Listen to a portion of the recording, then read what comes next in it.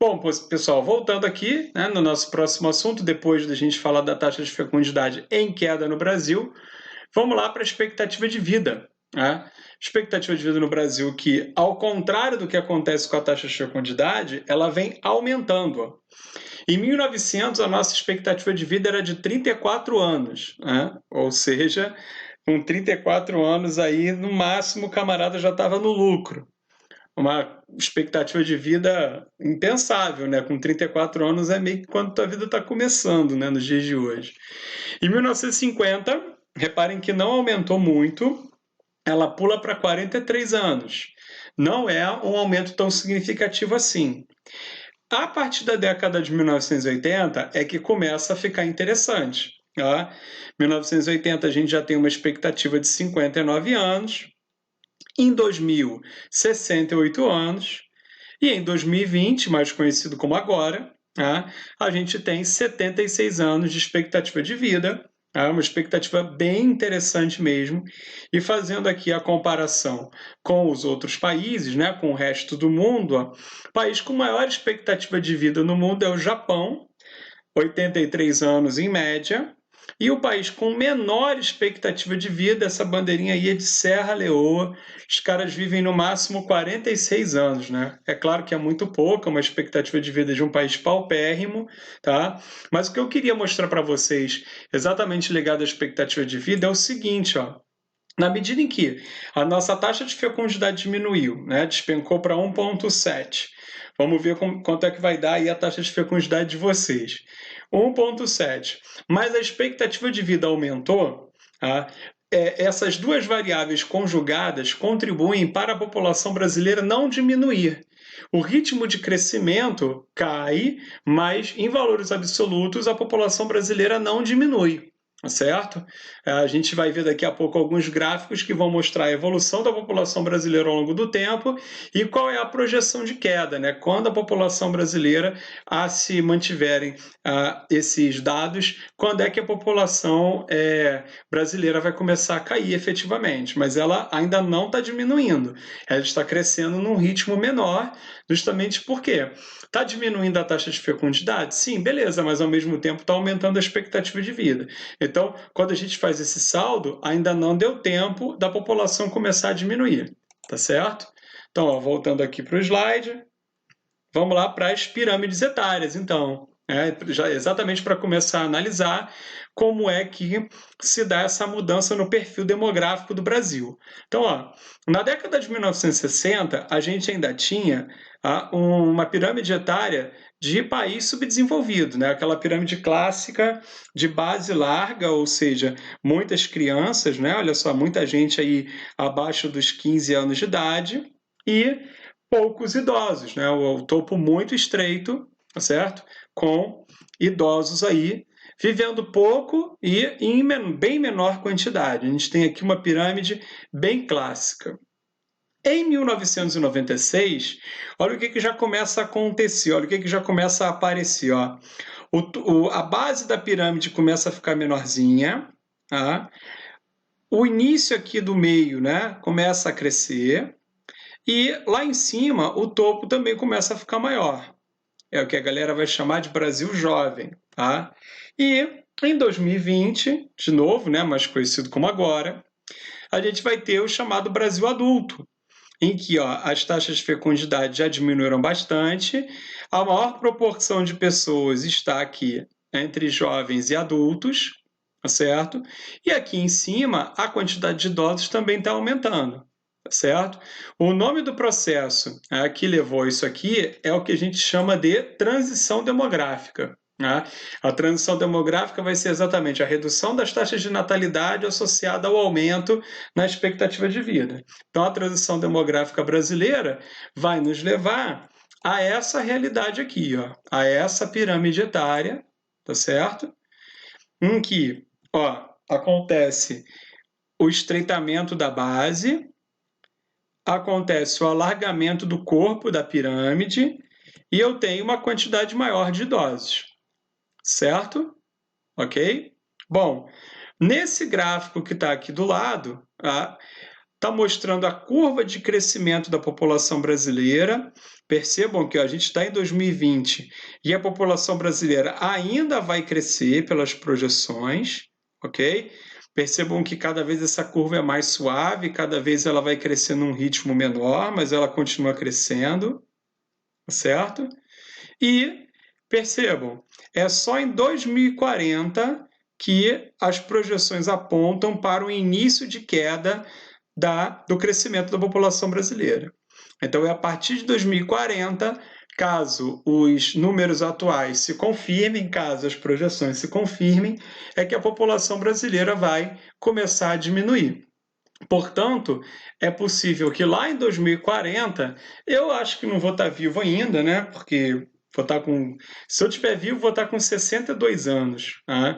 Não sei se eu chego lá, não. Ainda mais depois dessa quarentena e com a perspectiva de haver outras, né? Nos anos que seguem.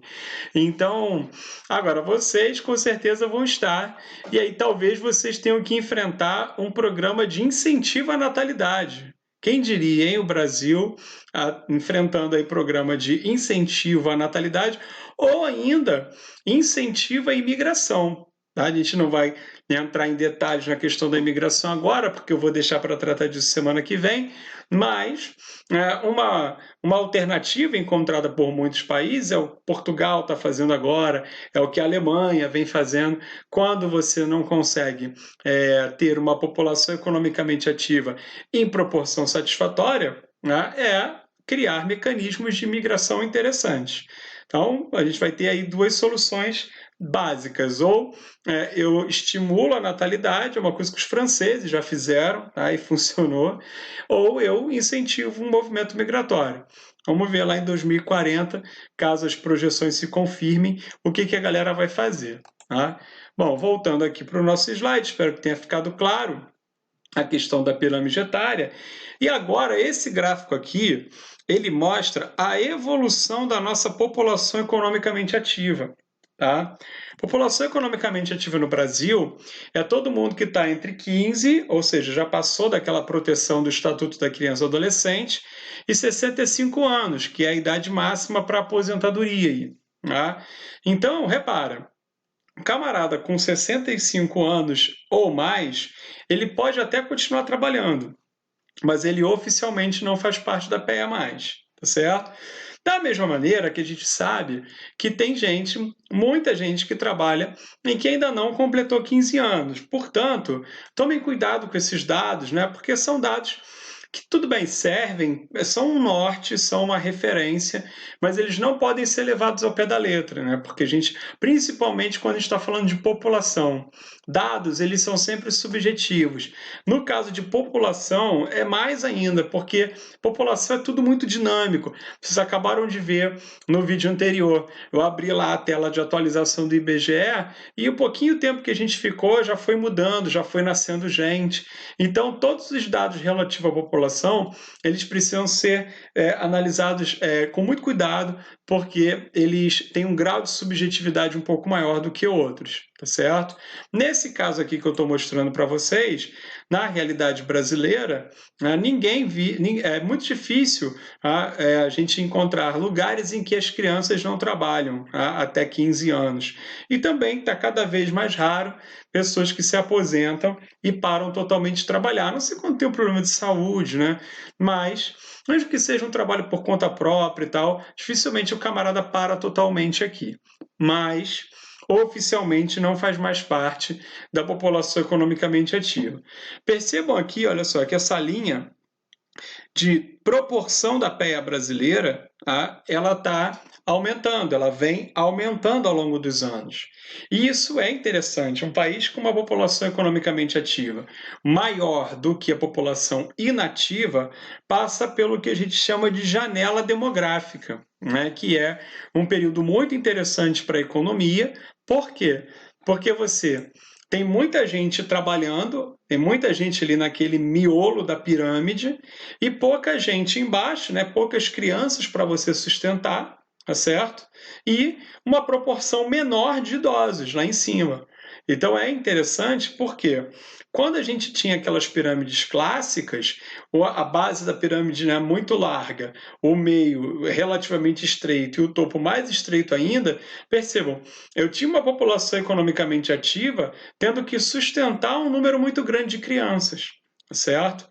Quando eu tenho uma população ativa em proporções maiores, isso deixa o país numa situação mais confortável, tá? Agora, essas mudanças estruturais da nossa população que vem acontecendo, elas exigem algumas medidas, como a reforma da Previdência, que é necessária, tá? Muita gente contesta os termos em que a reforma é feita. E aí, tudo bem, por quê? Porque a reforma atinge basicamente trabalhadores que ganham até 1 ou 2 salários mínimos, que é a esmagadora maioria da população brasileira, não atinge camadas classes socioeconômicas mais privilegiadas. Então, isso a gente critica bastante. Agora, que a reforma da Previdência é fundamental, né? A grande questão é como ela é feita. Porque, assim, eu não posso ter uma população que tem uma expectativa de vida cada vez maior se aposentando cada vez mais cedo. É uma loucura. Imaginem a expectativa de vida que nós vimos lá hoje, né? 76 anos, o camarada se aposentando com 45, 46, que era algo comum até alguns anos atrás. Então, isso significa que o Estado vai ter que sustentar esse cidadão por mais 30 anos. Né? É uma conta que não fecha, é uma conta que nenhuma previdência do mundo consegue segurar. Tá? Então, essas mudanças estruturais, elas demandam algumas medidas, alguns planejamentos estratégicos para atender melhor a nova realidade da dinâmica demográfica.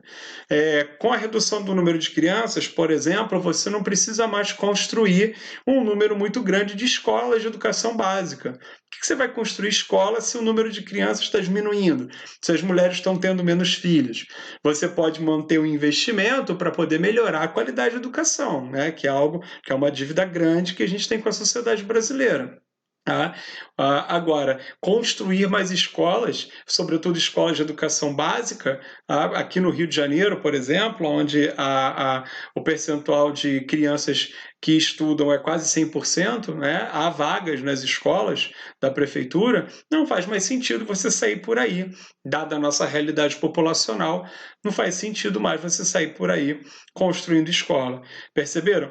Então é olhar a estrutura demográfica e fazer o planejamento necessário para encarar as próximas décadas com uma nova realidade de população. Tudo bem? Bom, vamos voltar aqui para o nosso slide. Não vou voltar agora não. Vamos dar mais uma paradinha, senão o vídeo fica muito grande e eu volto para a gente ir para outro tema, tá certo?